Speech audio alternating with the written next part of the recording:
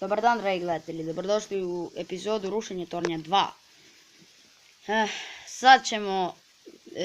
Sad ću nastaviti snimat.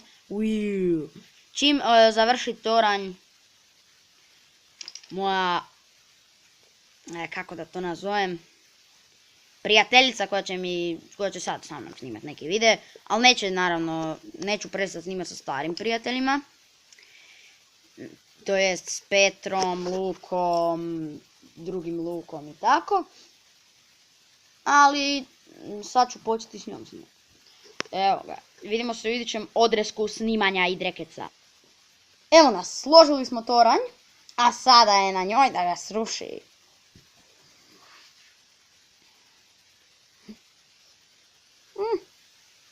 Ideš! Kako se raspo, ko da ga je tank pogodio. Ništa ljudi, vidimo se u idućoj epizodi, do tada opet doviđenja.